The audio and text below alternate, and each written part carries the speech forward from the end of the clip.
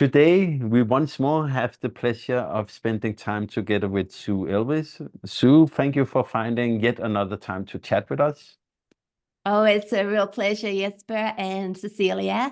I really enjoyed our conversation last time, and that hour, it flew by, didn't it? And we had so many other things that we wanted to say. So thank you for, inviting me back again. Perfect. One of the things we have chatted about, talking about, is unconditional love. So Mm. let's jump into it. Love, Yeah, love is a fantastic subject.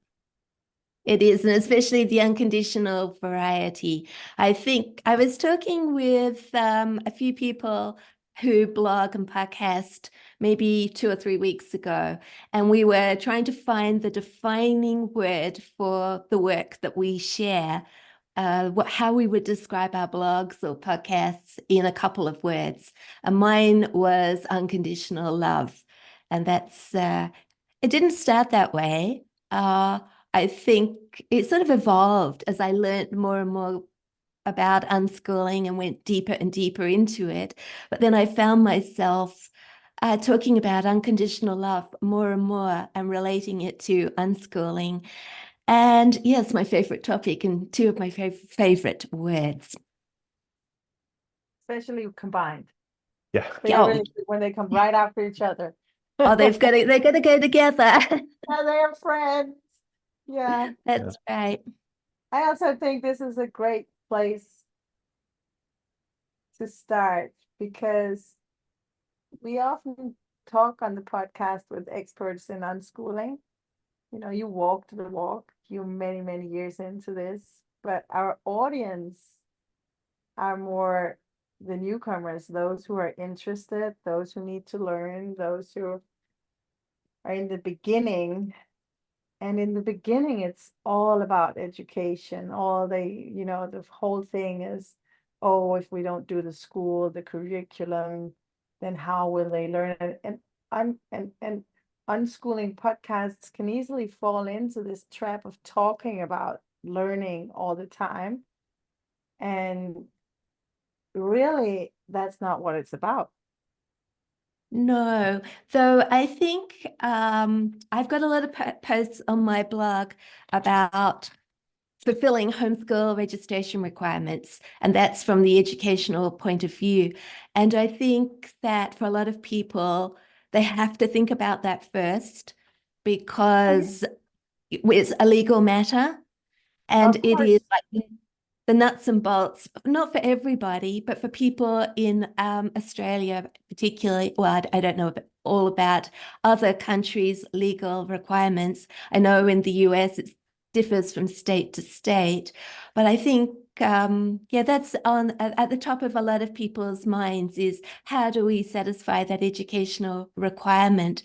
And I think that maybe if we didn't have those requirements, I sometimes wonder if more people would be open to the idea of unschooling, because it's rather tricky sometimes keeping education departments happy. But once you get past that and get a recording system in place, I think that, yes, push all that out of the way, concentrate on the more important things, unconditional love. But I also find that unconditional love, it flows into the education anyway, because if we love our kids unconditionally, we're going to be interested in the person they are and the things that interest them. And yes, we're going to value all those aspects of our kids, all their passions and interests, and not try and force them to learn things that we think are important. So maybe there's an overlap there as well. That I think there's very much of unconditional an love, overlap. yeah, it illuminates all aspects of our lives. It's there at the center, uh, influencing our relationships, but also education and, well, anything, isn't it? It's just the basic of life. Exactly. And that was why I thought, oh, it's going to be great to do an entire podcast on unconditional love and get over all the worries about education and talk, because this is a core, this is a centerpiece, this is the ground we stand on, and we need to talk about why it's so important, what it is, and how we make sure that we live it and we pass the message of it.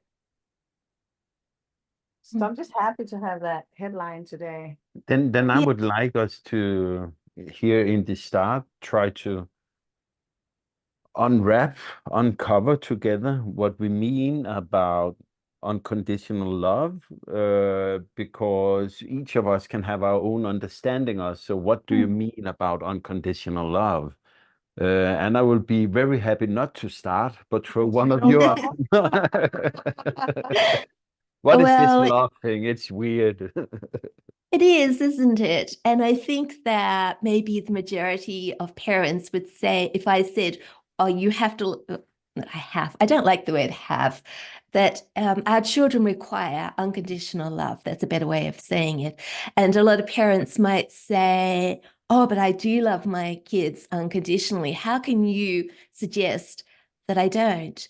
And that I find is, it's sort of hard to tell people, not to tell people, but to get into discussions where people might feel threatened that they don't need to hear what we're saying about unconditional love, because of course, every parent loves their child and they feel it's unconditional. But I think that maybe kids don't always feel unconditionally loved, and that's the hard bit. I've said this recently. I don't know if it was last time we got together or in another discussion I was having, but I had a really good conversation with my daughter Sophie, quite a few years ago. She was a teenager, and she was most aghast that a lot of parents criticize their kids in public, that the words they use around their kids to other people are so hurtful. Like, my child, she just doesn't get on and do her work, or she's too shy, or she never gets on and does her chores. She's lazy. I don't know what to do about it. And my daughter was just, she said, you can't talk about kids like that to other people. Kids deserve respect. And also, she said something about parents talk about kids as if they're problems to be solved, instead of looking at kids with wonder and awe and really recognizing the individuality of children and just how amazing kids are, and respecting their choices, so their interests. It doesn't really matter if a child's quiet. That just might be who they are, and children don't have to be the people parents think they should be. And so we got onto the topic of unconditional love, and Sophie said, well, it's a tricky subject to talk about, but if kids don't feel unconditionally loved, if they don't feel totally accepted for who they are, then maybe that is the problem. That parents love their kids, maybe, but the signs that they're putting out, I can't think of the right word, that they might not even be realizing it, but their kids are picking up signals that they're not quite acceptable the way they are, that they have to change, or that type of thing. Could you add something to that? Does that make sense? Totally. Yeah, I just felt I interrupted you 5 times already within the first 5 minutes of the podcast. So now Well, I'm I said holding back. enough. I think that is spot on.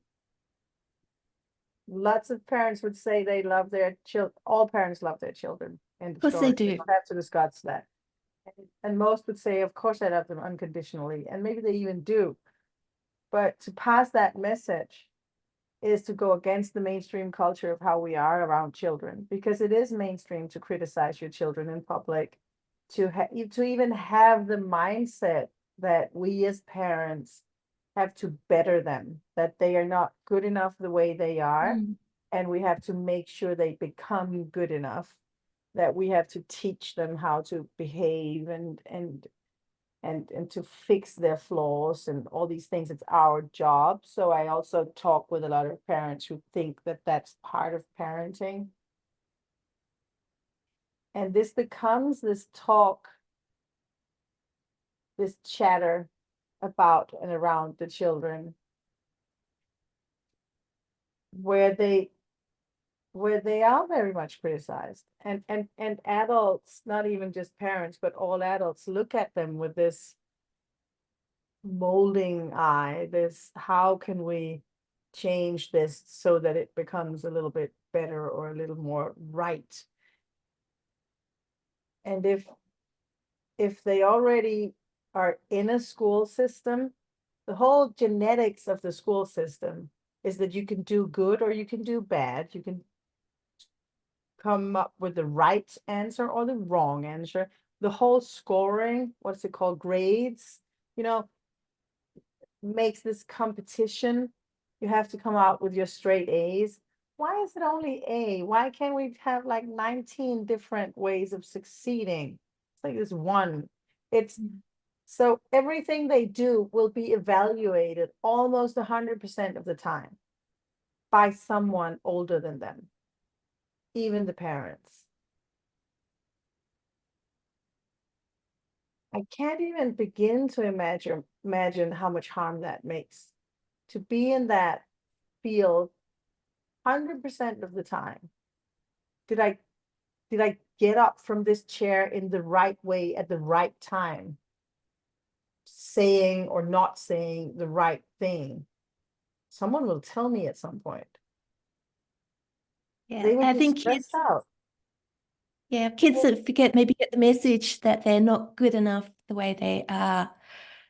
Yeah, it's and then Even if that I think, even if they get the message that they are good enough, they could not be. They're still being measured.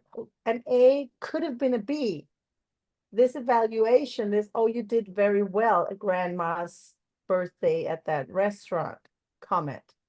It comes from a point of view where you could have done wrong. It's still the evaluating mind yeah, of the parent. And, why don't we talk about, that was a fun story Uncle this and that shared in the restaurant, remember? It could be other things we talk about with our children, whether they do good or bad and what can they do better next time. And this whole evaluation mindset really goes against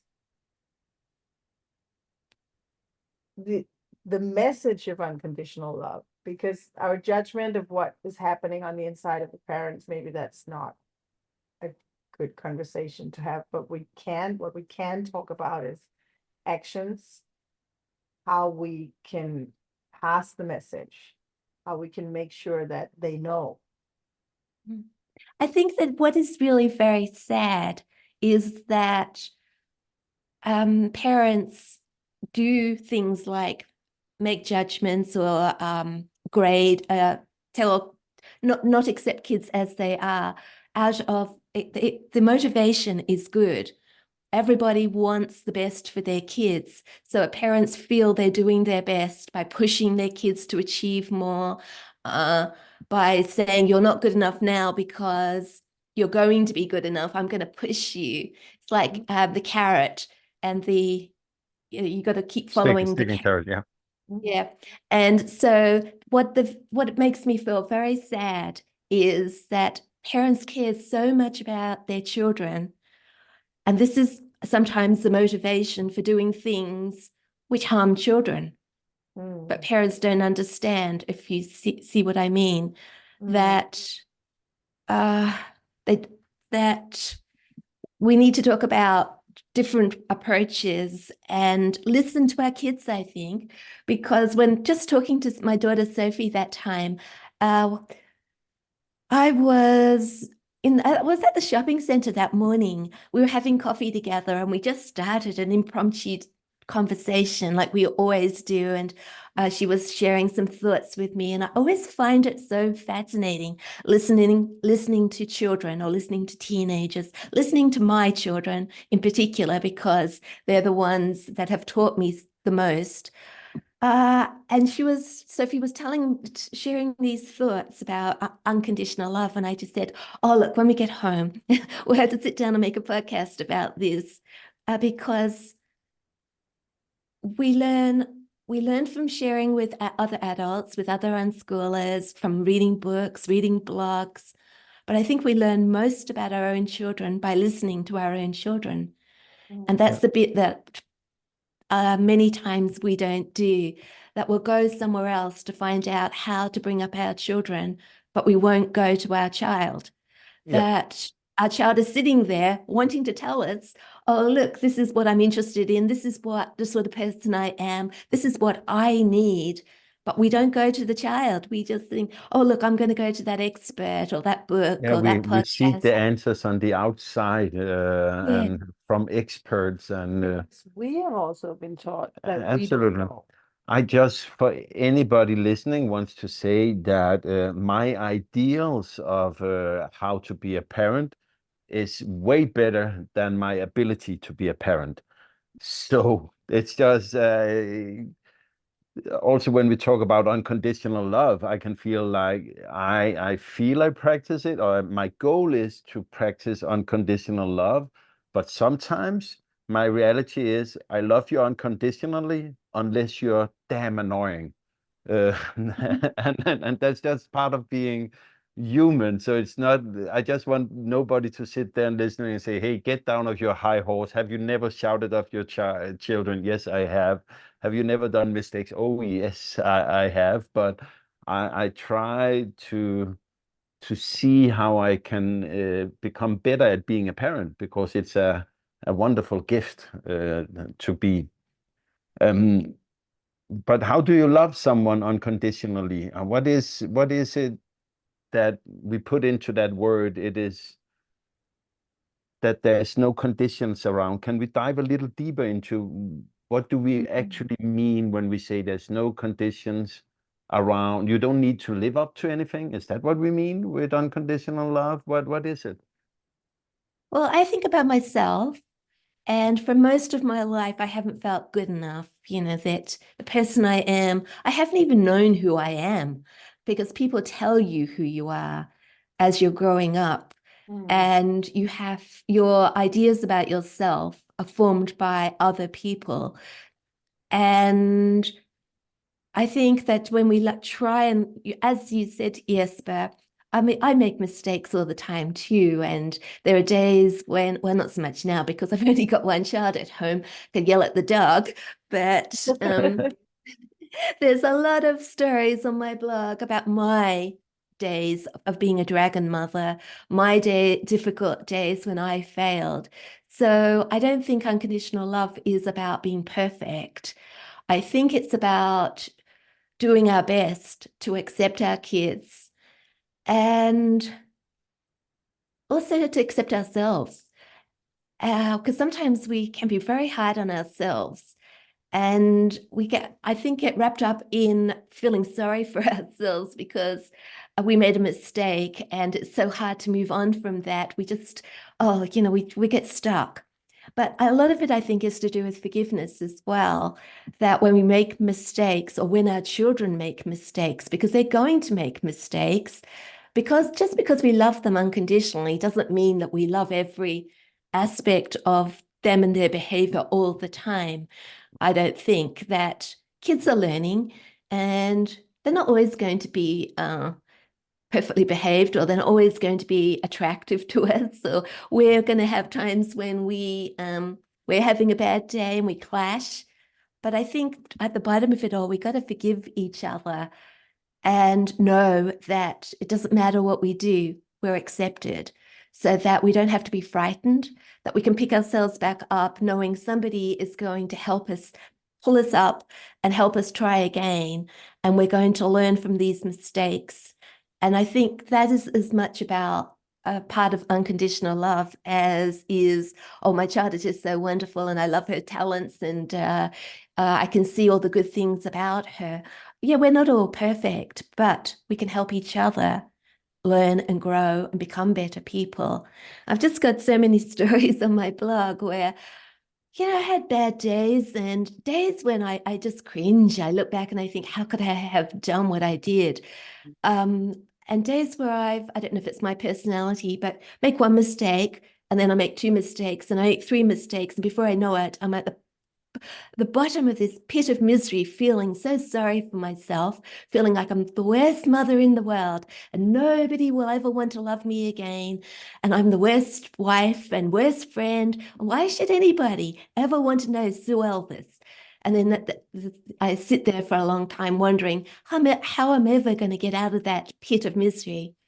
And quite often, how I get out is by my family's unconditional love for me. They come along and they just say, "Hey, Mum, we love you. It doesn't matter." And they put their arms around me and don't even have to say much.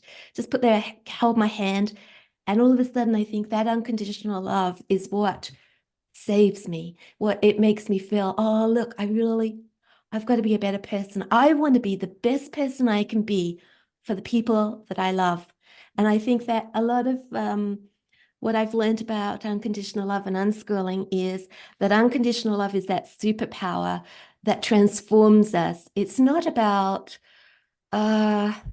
hiding people's faults by looking at people through the rosy toned glasses and thinking, well, there's nothing wrong with my kids. They're absolutely perfect. There's nothing wrong with me.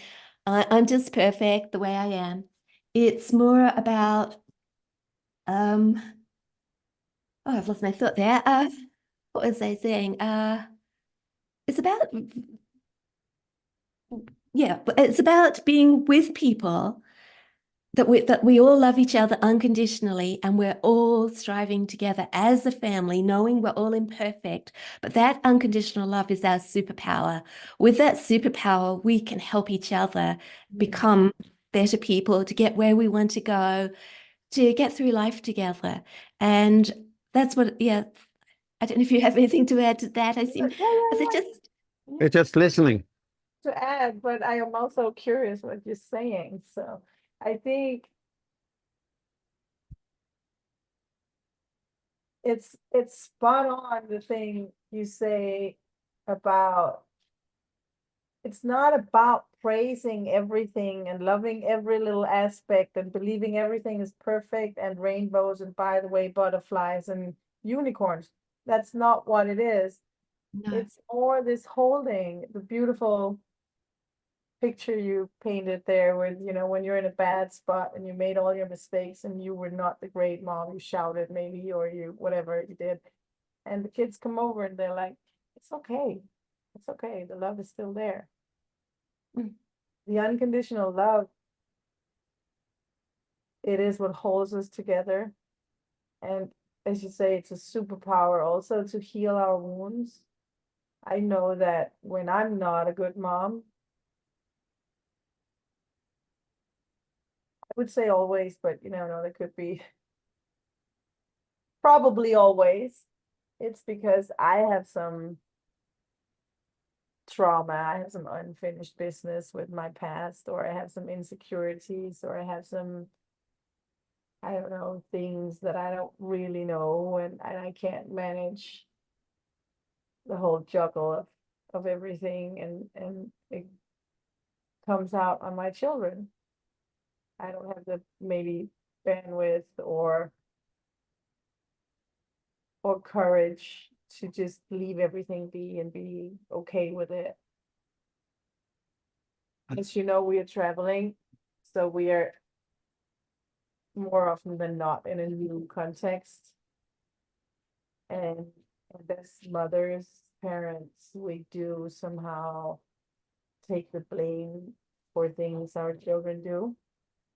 Our children become some sort of, they can become some sort of agents for our family or trophies and I know that there's a high pressure on our children to behave, to walk in and out of so many different situations, always being nice, always reading the room in new cultures with new people, new languages, to always know what is appropriate here, what is not. And it can be tempting for us to try to kind of control them. Could you please do these things? Because then, it'll be easier for me. And when they don't do the things that I think in my reading of the room or the situation or the culture that is the right thing to do, then I can Feel judged. judge them Hmm. because I expect to be judged by the context. And then it kind of falls apart. I'm not the perfect mom anymore. I'm not even a good mom anymore. I'm just a stressed out little bee in a bottle. And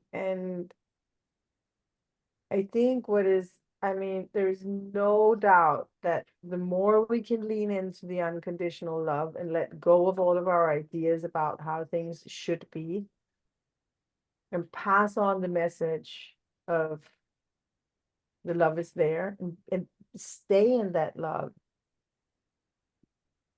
the better it is on all levels of life, basically. I would even say, even on the bank account. I mean, I don't know, everything, just everything shines from there. And I think we fail that, we being the parents, we fail that a lot. Hopefully not too much. But it's hard to do. It's hard to navigate it. And I'm sure that I know that at the beginning of my path as a parent,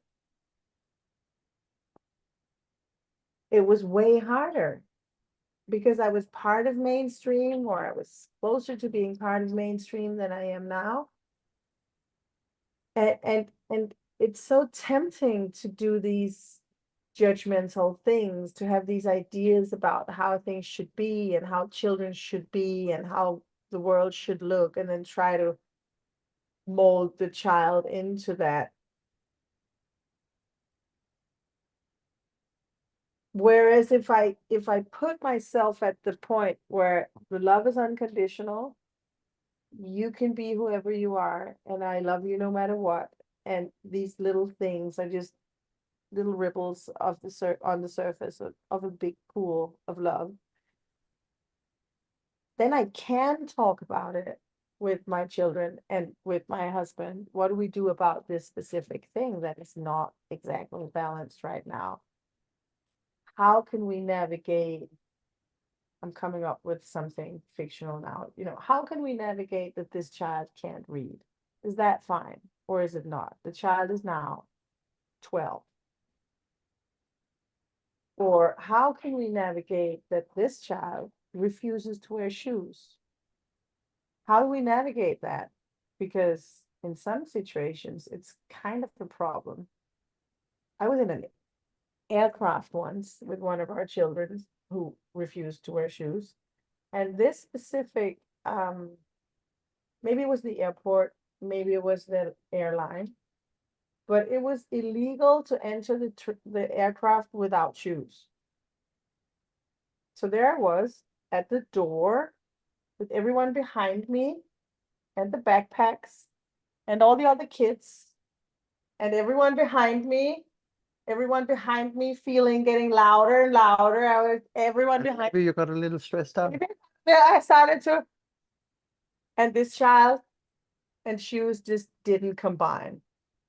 And I was trying with the personnel, can I carry my child onto this aircraft? Would that be okay without shoes? And it was like a 7-year-old. Or man, I'm not sure I handled that situation very nicely. I'm thankful I forgot how I we got on the plane somehow. But if at least I know that pushing the shoes on the child shouldn't be me telling the child that it should wear shoes, and I know better, and everyone knows, and you should, and this is annoying, and telling the people around me, my kid is so annoying. If it comes from, I love you and I respect you hate wearing those shoes, could you please do it for 9 minutes until we sit down? Then everything changes. As you say, it's a superpower. Everything changes in the relation, in the space around me. and in the child's perception of that shoe problem, because it's not about not seeing the child, it's not about judgment, it's not about trying to mold anyone, it's about getting on that plane. That's all it's about. And I think for me, it was a quite long journey to learn to walk through a lot of specific situations where I didn't express unconditional love.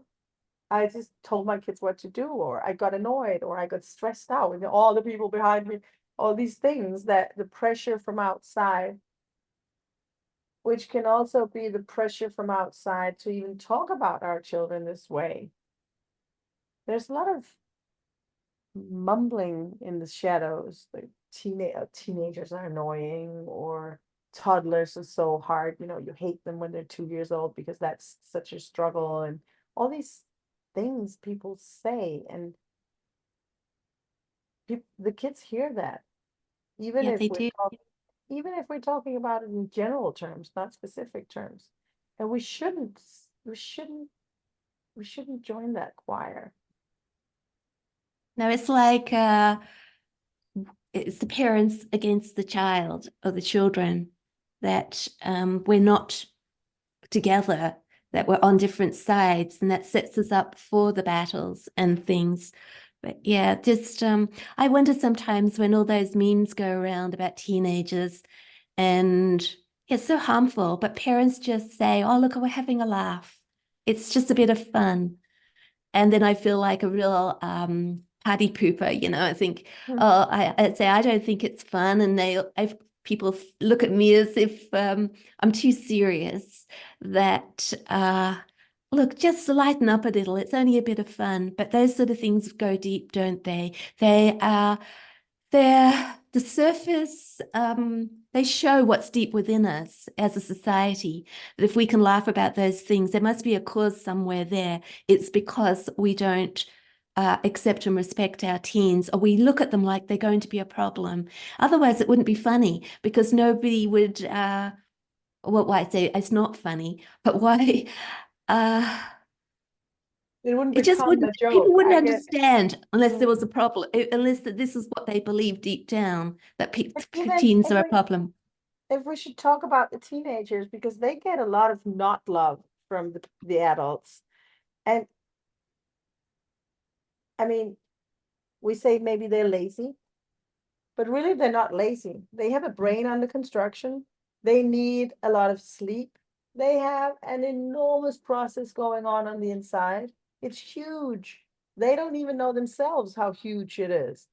So that takes what, 95% of their bandwidth. And our job is to hold that space, to just leave it be. If they need to sleep 14 hours, let them sleep 14 hours. You know what? I change their diapers. I can do the dishes once more, even though it might be their chore or whatever. It's not, there's so much complaining around the adults. They sound like children, really. And now I'm talking bad about children, because children are not that bad. But parents complain. They complain they have to do the laundry, or they complain the children come home late, or they complain that you give instructions for something and then the teenage children forget. No wonder they forget. There is so much going on in there, so much else going on in there. It's not that they're not trying to focus, but it's not the majorities of what's happening. So that actually these jokes, either the adults passing them around are stupid because they don't know what's going on when you're a teenager, or they're disrespectful. They don't respect what's going on for the teenagers. And I simply don't understand how we can bring children into this world with the miracle that is. We all remember the day they came, right? With, tears coming out of our eyes. And coach them, help them, and support them until they are, let's say, 15. And then suddenly, now it's too much. Now you can do your own dishes. Now I'm not picking up after you. Now I'm not helping you. Now I'm not paying for you anymore. Now I'm just being annoyed. why not just keep doing the job? You're still the parent. I think that it's so skewed, and I don't know why all the No, but adults there's also, that I remember before we had teenagers, I talked with some parents about how I dreaded the day our now grown up would move away from home. And then the standard joke was, oh, the teenage years will solve that problem. You will be happy when they leave home. And I wasn't. But cried for 2 weeks but straight. it's the standard joke. But I would love to, Sue and Cecilia, You want to say something? no, it's more like I have this male brain, and I'm like, so what is this thing called love, and how do I practice this Okay, thing can I called say- unconditional love? got something for you here. So No, let me ask my question. Let me finish my question. No, but I'm also, love is also a choice, or in some sense, in my world, I think that in marriage you choose a partner, and you have chosen that, and then that is what you do. I'm very, on some ways, very maybe manly in my way of being. I'm not. It's not so much a feeling, is it? It's not so much a feeling as an action. So that, as you were saying, Cecilia, when we love unconditionally, we might be happy to pick up after our teenagers. It's not just sitting back and feeling good about, oh, look, I've got teenagers. Well, I think it's very sad that teenagers are looked on as a problem instead of as a pleasure and a delight, because while people are looking at that teenagers as a problem, they're missing out. And my teenagers, it's been some of the best years. I'm sure yours as well. Yeah, I love And it. I love it. I I just love love my, having well, I haven't got, teenagers. It's the best. It's like having another adult in the house. It's someone to talk. They have such interesting perspectives, and they yeah, become so, it's just amazing I to have think them so around. too. Mm. I haven't got any teenagers anymore because my youngest turned 20 at the beginning of the year. But I thought, what a milestone that Mhm. I loved the teenage years. And I think Mm. maybe we set ourselves up for problems by assuming there's going to be a problem instead of looking at the people in front of us, and also doing what you said, Cecilia, about understanding teenagers' needs for more sleep, needs for time to process things, needs they have a need to have a safe space to make mistakes in as well, Mm. and to know that they'll still be loved. Teenagers just great people, and we should have more memes going around about About that. countercultural words about how I love my teenager. Mm. Uh, yeah, but I also think that there are days when, like when you were saying about being in a queue, getting on the plane, and you just want your kids to do what you want them to do right there. There's some days when you're overtired, when you're feeling overwhelmed, when things aren't going right for the parent. And yeah, just sort of think, just do it, just do it. I haven't got the patience or the energy today. And then we fall and we do things that later we think, oh, I wish I'd handled that better. And and that's the times I think that our kids will come, like they were, because we helped them when they needed help, they'll come and help us. So instead of judging us, I've had times that my kids have just taken me by the hand and led me to the living room, put me down, pushed me onto the chair and said, you sit there, Mom, I'll go get you a glass of wine. Mm. And instead of, like, I think parents are too quick to punish when kids don't behave as they want, as parents want them to. And I've been pondering how, at the times when we appear to be the most unlovable, when we're not behaving as we best could, those are the times when we really need extra love. We don't need punishments. We don't need to be criticized. We don't need to be told, oh, Mum, you did this wrong and you did that wrong. And how could you have done that? We just need people to give us love, to push us push us down onto the sofa, hand us that glass of wine and say, hey, it's going to be all right, Mum. I'll look after you, because we're in the habit of looking after our children, and that's how they've learned that they've learned from our example that this is the way we treat each other, and we don't have to be perfect all the time. We just have to do our best and to forgive each other and to help. So that's what I think a lot of. Also, we can ask for that forgiveness when we make those mistakes. It's a very, I mean, it's always better to not make the mistake to begin with, but really, if we make a mistake and we realize we made a mistake, we can just talk to our kids about it. Go back and say, I slipped there. I did things I shouldn't have done. I said things I shouldn't have said. I felt pushed by whatever inner triggers or outer circumstances. And it happened around you, it happened to you, and I'm sorry about that. We can own it when we make mistakes, and we can talk to our kids about the mistakes, and we can also express, maybe especially if they're younger, that I know that might have made you feel that I judged you or I pushed you or I didn't understand how much you hate those shoes or whatever it is. I think it's a very good idea to come out of our corners when we make mistakes and go back and just solve the problem and talk about it. Maybe not overdoing it, but it's not hard to do, to just say I'm sorry. It's No, actually it not hard isn't. to do, and it's the right thing to do. Yeah. Even with smaller children. And we're not answering your question. No, not at all. But I But want the double question, what is love and how do I actually practice unconditional love? say something about that one? Yeah. Because you just said to our friend a few hours ago how you get annoyed When people are when I'm sad. yes, So there's a opportunity for growth right there. absolutely. That's what I said. That was why I joked And I about it. remember when the kids were smaller, if they hurt themselves, I was also you got hated that. angry with them. Yeah.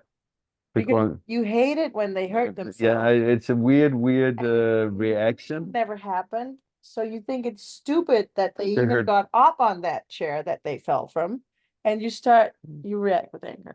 So Absolutely. And I worked with that, but it was fun to see where it comes from. It comes from a wish of them not hurting themselves. And then instead of meeting them with an embrace, it triggered something in me. And we can probably some past traumas or whatever it was that it did is just, I got so super annoyed when they hurt themselves because I was afraid that they hurt themselves really badly or could have hurt themselves more badly. It was not what they needed. Neither do my wife needs when she is sad or go into a weird mode that I get annoyed by it. I should and is working on becoming even more rounding in my love, where it's like, okay, let's give you the space and then we can always grow afterwards.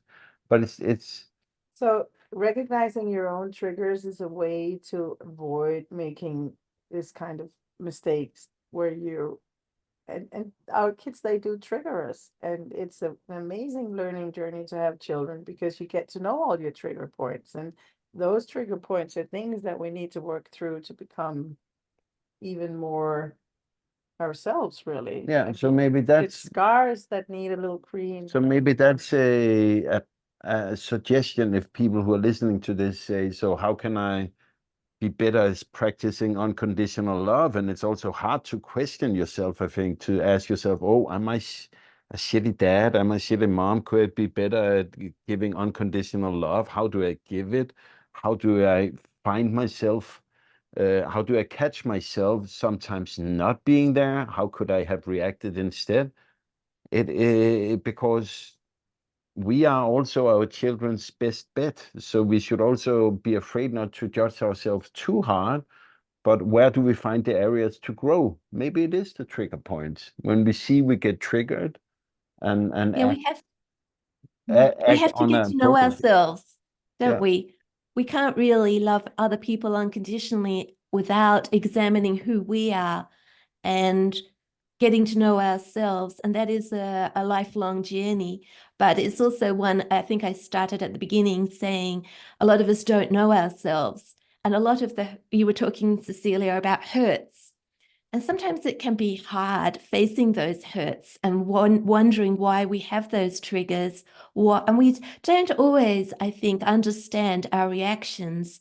We sometimes blame our kids for things that aren't their fault because we don't want to admit something about ourselves, or we don't even understand something about ourselves, that it's sometimes easier just to blame our kids for our bad mood than it is to work out exactly what is wrong with us and then admit that. And that can involve a lot of self-examination. Not that I think that we should just get bogged down in ourselves, but we do have to face sometimes a lot of hurt that maybe we suffered if we want to give unconditional love to our kids and not repeat what was given to us. Yeah. And also, I think at the same time, this is important. We can't get too, as you said, self-absorbed. We have to get over ourselves. And we also have to get over the pressure from outside of being the mainstream parent, criticizing, pushing, having agendas, talking behind their backs, all these things. We have to show up as good parents, even if we don't really know what we're doing. And I think, I mean, if you listen to this podcast, now the idea is out there in your mind that maybe you should stop and think, am I criticizing? Am I holding a space for love? Or am I just being part of that choir with the memes about the teenagers? This is not fun. And I'm not perfect. Right after this conversation, I'm getting up talking to my daughter because I just realized a few things I should have done very much better the past few days as we're having this conversation. I think we can all grow in this all the time, but at the very least, it's not hard to try. And if the children are teenagers, it's not hard to just talk to them about this idea, explore it with them. What do they feel? Do they feel they have a criticizing, judging parent? Or can they feel the unconditional love that we all think we have it?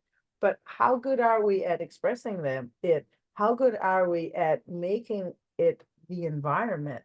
It's not like a little drop of unconditional love here and there. It's the house we live in. It's the ground we walk on, because that's different from feeling it now and then. Maybe we can see how well we're doing by the way our family interacts together and how what our children are picking up and how they're reacting to us around, as it's not just us and the children, but they're going to reflect. Like I sometimes think that parents are very quick to say such things as, remember, you are a reflection of your family. Do not do anything that will bring shame upon us. That's a very common thing parents say. And I think what would be better is to think about our children being a reflection, yes, a reflection of our love. Do they reflect our love? Not do they reflect. It's not does it, we the reason that they should be a reflection of us is different, not so that they don't cause us any shame, but we want our children to reflect the love that we're showing them. I think that unconditional love is just at the foundation of all of us. And a lot of people have never felt that way before, and it causes problems when they go out into the world. And also, I think that a lot of children, I've said this a couple of times, I found it hard to get to know myself. I was always told who I was. But that's what we can do for our kids, isn't it? We can give them that space to find out who they are, not imposing our opinions upon them, but listening, Mm. not making them behave in a certain way to earn our love, but Mm. give them that unconditional love, which allows them to be who they are, warts and all. They're not going to be perfect, but they can get a better idea of who they are as they're growing up. And of course, they're not going to know themselves perfectly. It's a continual process. But Well, at yeah, I least think they don't have that's at least they don't have to peel off the layers of that other people put on them. If we yes, can try to exactly. avoid that, and at least they can walk through life maybe with a little more confidence, a little more, I'm okay, whatever, I'm okay, and we're okay. And I have several people in my life that will always be there and always support me in whatever way they can. This feeling that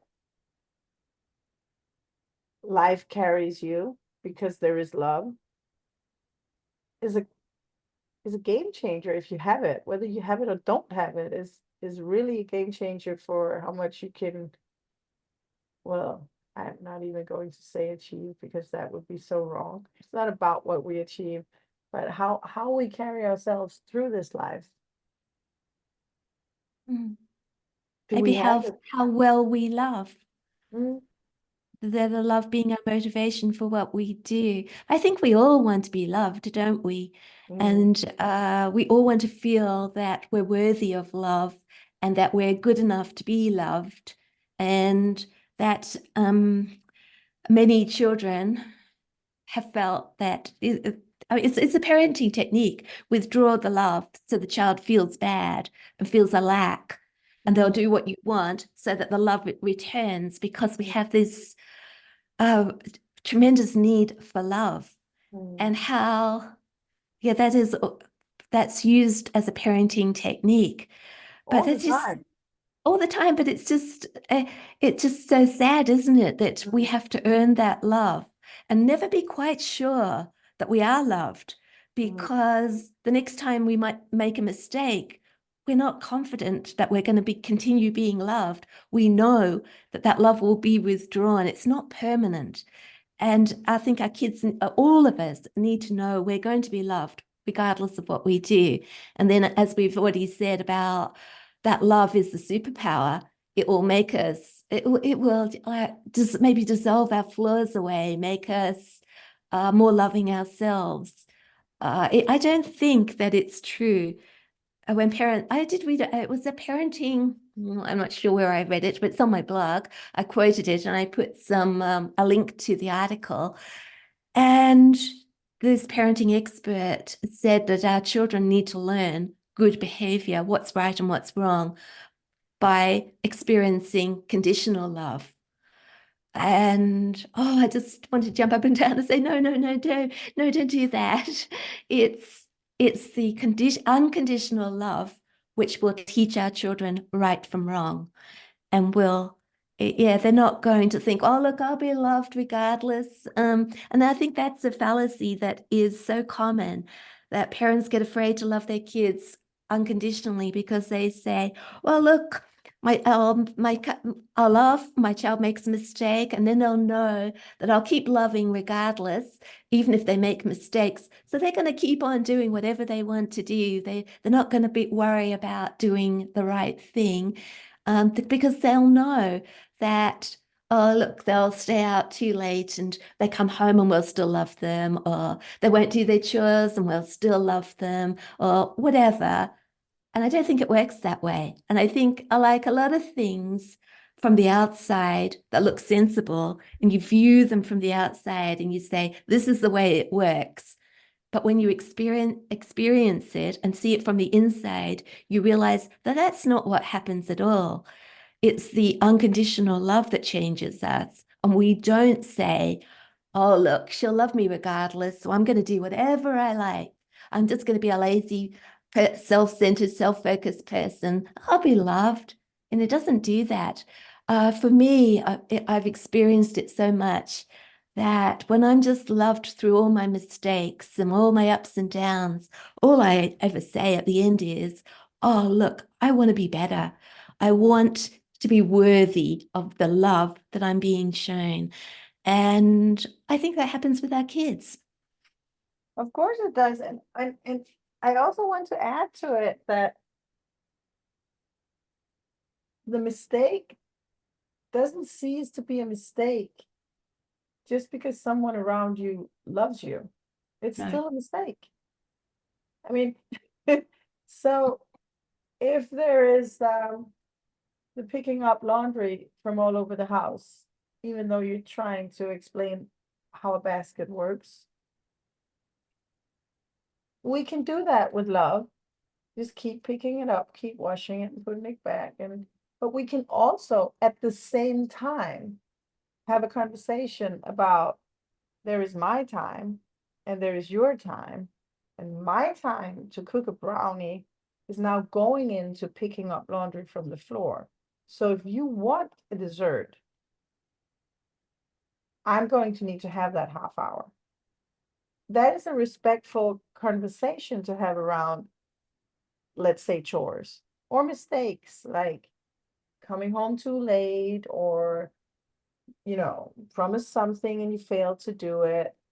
I can react to that with love and talk about it as a mistake or as something that is maybe not right to do. And I will also say about right and wrong and how we teach children right and wrong. Hopefully, we teach children to find out what is right and wrong. I don't want my children to do the right thing because they are afraid of me. I want them to do the right thing because they believe it's right. Yeah. So this technique of teaching with love and withdrawal of love wouldn't be teaching. We have also never had chores. We have never had the bribing system that every time you empty the dishwasher, I'll give you $5 or whatever. You get a golden star. Something like that, because I don't want my children to participate in the practical life of navigating all the picking up and the Being a family. practical elements of being a family. I don't want them to do their part if they don't believe it's their part. I don't want them to do it because they're paid for it or threatened into it or somehow Earning computer time. earning screen time, all these things. If they want to participate because they see the point, that's the kind of participation that I want to teach them. So I Yeah. don't see how that technique, even if I wanted to use it, what kind of success is that? You get puppets and you have strings you can pull And strings can be cut. of those strings. But it Yeah. takes so long time, Cecilia. I remember all those hours. We talked about it because I came from a different background with chores in different ways. So we had so many hours of talking in between ourselves. And it is way faster to order people to do stuff than to show them the sensibility of participating in the family. I'm not saying the faster version is the good version. I'm just saying I understand that people can see it as a shortcut to get things done, even though it can be harmful for the parent-child relationship if it's stuff are done through orders instead of through understanding of the family unit. But some people maybe don't feel they have the time to all those conversations we have had with our children about what it takes to be a family. Do you think our actions? Do you think our actions speak louder than our words? Oh, we definitely connect and we definitely have the discussions, but it's when we get up and we're tired and we still contribute towards the chores ourselves, and that our kids learn that that is the right thing to do for people you love, is to get up and help. And that, for example, my husband, he's a school teacher, and he has busy days. And unlike him, everybody always says he's a school teacher, gets home early and all that, but he works a lot more hours than he ever did when he was in business. But he gets home and he's done this for a number of years when we had loads of children at home, and he would always wash the dishes after dinner. It didn't matter that he just got through the door, we'd had our dinner. He would always get up and wash the dishes, even though we have had lots of children in the house. It hasn't been their chore. And I think that his example taught my kids about generous love, about we don't just say we love, we show people we love. We get up when we're tired and we do things, but we also reflect that back in our kids. Like if one of our kids is a bit out of sorts or had a bad day at work or is just overtired herself, himself, then we'll say things like, or we did say, because I only got one child at home now, but it was common for one of us to automatically say, look, you go and have a shower, you go sit in the bath, you go and sit down with a book, we'll make you a cup of tea, you're tired, and to take over that person's chores. And so it's a reciprocal thing that you learn to be considerate and loving and generous with your time and your effort for everybody in the family. It doesn't matter whether you're the parent or you're the child, you're all treated the same. So you work together as that team. And yeah, there's times where we fail. You come home and you say, oh, look, I had a really bad day. And you yell at somebody and just say, do it, do it, do it. I don't want to, the mess is just bothering me. But as the norm, I think that we can get to a stage where it's hard work on the parents. I think sometimes it sounds like easier to tell kids what to do, but it's not really easier because you've got to make them do it. And it's harder sometimes to put our tiredness aside, our own feelings aside, and to get in there and help our kids and to show them what it's all about to be a family. And I think that, yeah, sometimes we have to be, a lot is asked of us as parents. Parenting isn't easy, is it? No. That we have to be superhuman to be a parent, and we're going to fail. But it doesn't stop us having to strive for that. That this should be our goal, even if we fail. Continuously, we've got to pick ourselves back up. This is what we want, the ideal. This is what's the right thing to do. But yeah, just was thinking one day, we were talking earlier about that feeling you have when you see a newborn child and you love them unconditionally. And you see your first child and you think, wow, this is, and you don't know the work and the problems and what you're going to have to give all those years. I've been a parent for 30 odd years, and I thought, it's a good job I didn't know how hard this was going to be, because I wouldn't have jumped in with both feet so quick, well, I probably would have, because love does that to you, doesn't it? It doesn't say hide the problems, but it's irrelevant what the problems are going to be if you love. But it's totally worth it. Oh yeah, That's how big exactly. love is. Exactly. It's totally worth it. It's hard work, and it never ever stops. No. And I think I've got it, man. I nailed it. I know how to do it now, and then I make mistakes over and over. And I have to mend the damage that I make, and I still have to navigate how to handle all the practical sides of it. And it's like running alongside a train, just trying to keep up, and you can't make that train slow down just for a little while so you can sort of, catch your breath. But that's what it is. That's what it is. We brought these kids into the world. There's no putting them back. So we just have to show up and do it. It's no more whining. I also feel that some of the critique I hear on the parent side of the children sometimes, it's whining.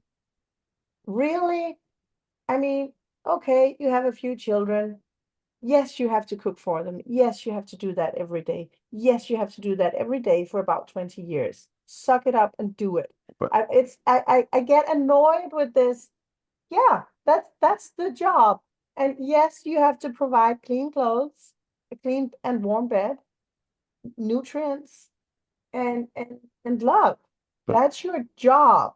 And sometimes, well, yeah, you cannot get any sleep because you have a toddler and you have a teenager and maybe something in between. And the window of silence is about 3.5 hours consistently every day, which is maybe a third of what you actually need. You can whine, but it is what it is. Suck it up and do it. I think this, oh, the teenagers are so lazy or they're so annoying and or why don't they do the dishes? Really, it's not their dishes. They will do a lot of dishes when they have children. I think people forget how beautiful a gift it is to become a parent. I mean, it is just so awesome. But you do become a straw man of the mainstream society. That's the Of problem. of You course, the but police of the school, yeah, you have to enforce their rules, their norms, their homework, all their BS, and and somebody it's easy to buy into the overall story. I see it, but being the parent of a human being is just so fantastic. And I mean, I'm super grateful to be alive. And it's just a really good gift to be alive, and then to have the honor to nurse for and care for other human beings and bring them into this world. What a rush. I mean, it's super cool. and to have someone to share it with. Oh yes. That's what love is. I mean, Yeah. imagine you had no one to love. Maybe it doesn't matter so much how we can define it. It matters a lot how we can express it, I and it matters a lot that we have someone who are willing to receive our love. yeah. Imagine being alone. Yeah, it takes me back to Tenerife, where we met the big brother of a friend. He hosted us for some days and we had some talks. And then he had been single for some times after a divorce and was sad about it. And we talked about how that kind of life was. And he said one thing that almost makes me cry. It does make me cry. He said, sunsets are so much more beautiful when you have someone to share them with. And I just, Well, you have your yeah, definition of love yeah, then. yeah. I mean, life is to be shared. Mm.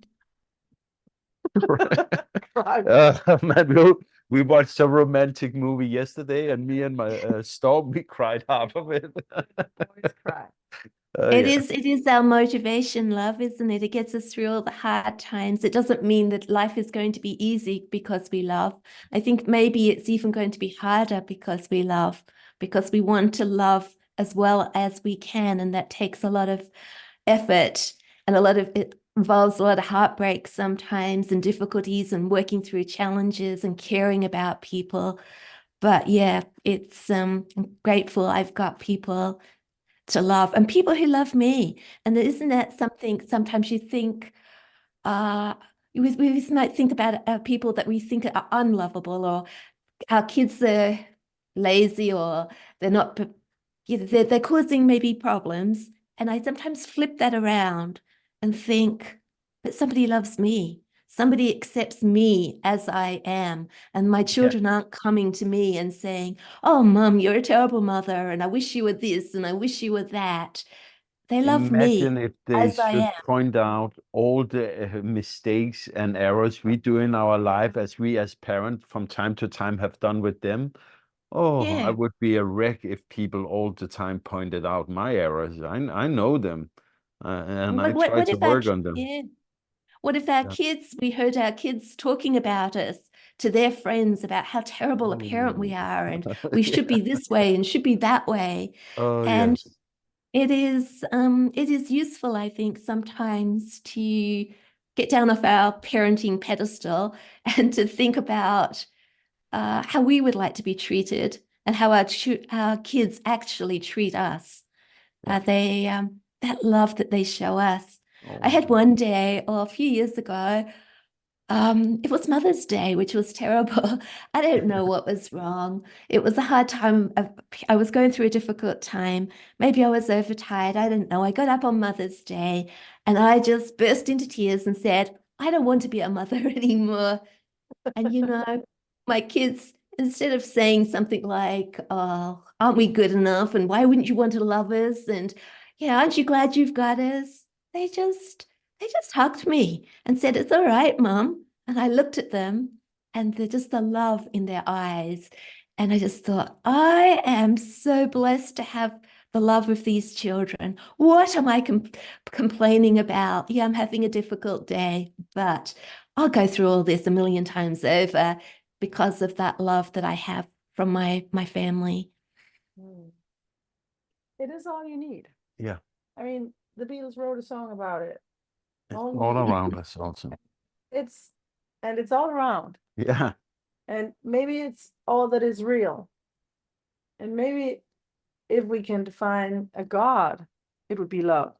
I think it's so when you ask, how can we, what is it and how do we Yeah. do it? Yes, And I need a plan here. give you a manual about how to do it. Yeah. I'm pretty sure you know what it Yeah, is, yeah. crybaby. Yeah, yeah. So there is nothing more important than that. End of story. There is nothing more important than that. And therefore, there's nothing more important as a parent than to make sure that we can pass on that unconditional love. I talked about the clean food, or what was it? Warm bed, food. Yes, there are some basic needs, but really, if we want to work on something, this is where the biggest impact is. Are we sure? Are we dead sure that we're passing this message on in a good way? And if we make Mm, any mistakes, or we have any triggers, or we have any things we need to work on, we should start working on those things yesterday, because yeah. this is the important part. Maybe like parenting and education, everything. There's a lot of decisions. We not always feel confident in what we're doing. And should we do this? And should we do that? And someone's got this opinion and someone's got that opinion. And it is very difficult to navigate our way through. But if we just have that unconditional love as our guiding light, then we can make all our decisions. Does it match up to unconditional love? And choose the pathway of love every time. And I think maybe that's how to make, make parenting easy. At least we know what we need to do, put it that way. Doing it is a hard thing, Well, but we have one on the it podcast makes it easier to decide what we're going to do. We're going to love unconditionally. This is what I need to do if I'm going to do that. I must not do this. And then that's, yeah. We had, was it Gordon who said recently on the podcast, uh, it might not be easy, but it's simple. Yes. Yeah, I think that was a very clear, and he talked about something else, well, kind of the same, but it's the same thing with unconditional love. It's a pretty simple rule to go by, simple focus. Might not be easy to execute it all the time, but that's the golden standard. That's what we're aiming for. Exactly. The principle is simple. The execution can seem a bit difficult sometimes. Oh yes, and we try to do better every day. It is Our about, time is running. yeah, we could talk about love for a lot longer, but I would like to round off the episode, and to all the people listening, then if you haven't heard the other episode we did with Sue Elvis, you should go hear it. And that one, she talks also about how you, Sue, can help people, what it is you have to offer to the world. And also, our podcast is available on all the big platforms and on YouTube. So if you're watching it or wherever you're listening to it, we would love to hear from you. Please send a note and talk about love. And Sue, it is time. We should say goodbye. Oh, well, it's been a real Bye. pleasure talking about my Great. favorite subject with you and Cecilia. I'm just, just grateful for the opportunity to come on your podcast and to talk about unconditional love. Thank you. It's been lovely. It has been lovely. Thanks a lot for your time, Sue. Thank you, Jesper. Thank you, Thanks, Carter. Cecilia.